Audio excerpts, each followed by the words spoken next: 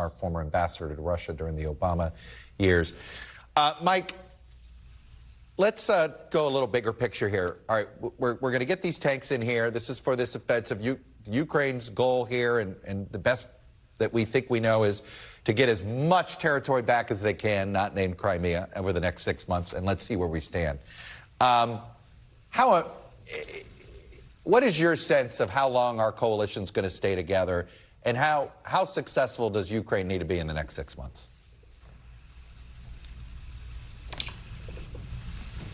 Chuck, you were breaking up there. I don't know if that was on my side or your side.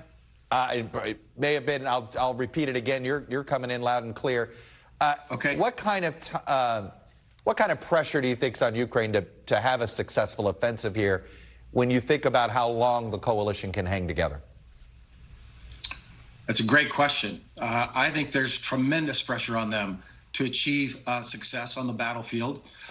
They know that this window in the spring is vital. They don't want to be in the same place they are today a year from now, right? Partly because they don't want to just have the war go on and on and on, but partly because they understand that it will be difficult to sustain Western support if they don't achieve victories on the battlefield.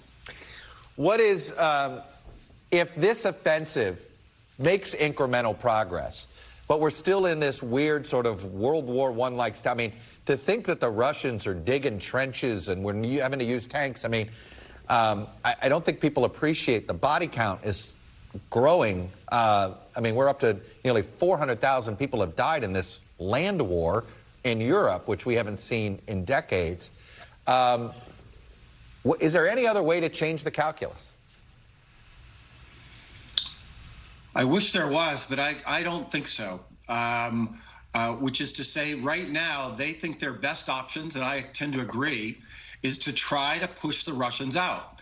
Not settle into a trench warfare like World War I, but to go on the counteroffensive. That's why these tanks and these Bradleys, these infantry vehicles are so important. By the way, they want multiple more of all of these things, not what was announced yesterday. Yesterday was a giant achievement, but it's not enough from their point of view to launch the counteroffensive. But they don't want to just settle into a World War I-like situation because, A, they don't want to lose people, right? They don't want to just let people die every day. And B, they worry, and I think rightly so, about support from the West. They watch Tucker Carlson. They've seen the protests on the streets of Prague. They know that if it just keeps dragging on, it's going to be harder and harder to sustain support. So that's why they need a big bang. We can't use the word surge, right? That's a bad word from the Iraq War. But that is the mentality for this coming spring. No, it's funny you said the word surge. I was thinking about it the other day when I was getting a briefing about it. And like, oh, I know what this is, but don't call it that. Exactly. Let's, from the best of your knowledge on the Russian side, it's estimated for anywhere from 150 to 200,000 Russian troops have died in this war. And they've replaced them, and we see that, and that's the best estimate we have. Can Russia afford to lose another 200,000 people in a year? I don't know. I would be worried if I was Mr. Putin. They have lost a lot of soldiers. They've lost a lot of inmates that they released. You know, this fighting that's going on right now, the number of people that are being killed, it's just a slaughter of these Russian soldiers. That's the way Putin has decided to fight. One analyst called it, he's gotten back to Stalin's tactics of fighting the war. But there's a big difference between World War II and this war. World War II, they were fighting to defend their territory, liberate it from the Nazis. There's lots of confusion about what the purpose of this war is inside Russian society. And so I think he's got problems on his hands. If you look, you know, superficially, everybody supports the war. There's not a lot of opposition. But if you dig into it a little bit, Chuck, there is some signs of lack of support, right? Elites are fighting, generals are fighting with the mercenaries that are fighting there. They don't like each other. Independent media working from abroad, all of their numbers are way up right now. And Alexei Navalny, who's in jail, right, because Putin had to put him in jail before invading, all of his YouTube channels are also way up as they operate from outside. Those are all signs that not everybody is on board for a long war in Ukraine. For folks that follow you on social media, I know you've been really fired up about the arrest of Charles McGonigal, the FBI agent who was arrested earlier this week for his interactions with a couple of Russian oligarchs. You know, these oligarchs that apparently looks like they had their hands in here.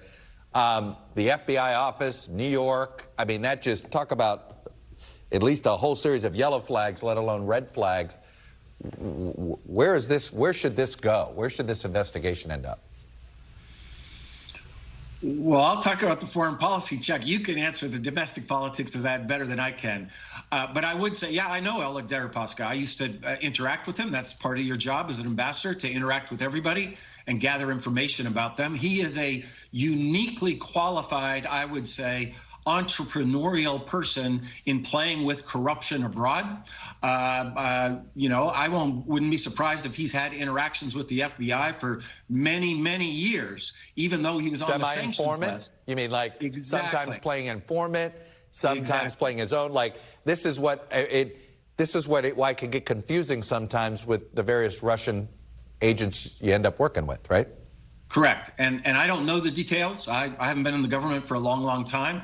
But Deripaska is somebody that plays in that kind of space. He uses firms all over the place, lawyers all over the place, public relations firms in lots of countries around the world. And I think that's what you saw happening here. Ambassador Mike McFaul, always good to get your perspective on all things having to do with our friends in Russia and in Ukraine. Thank you, sir.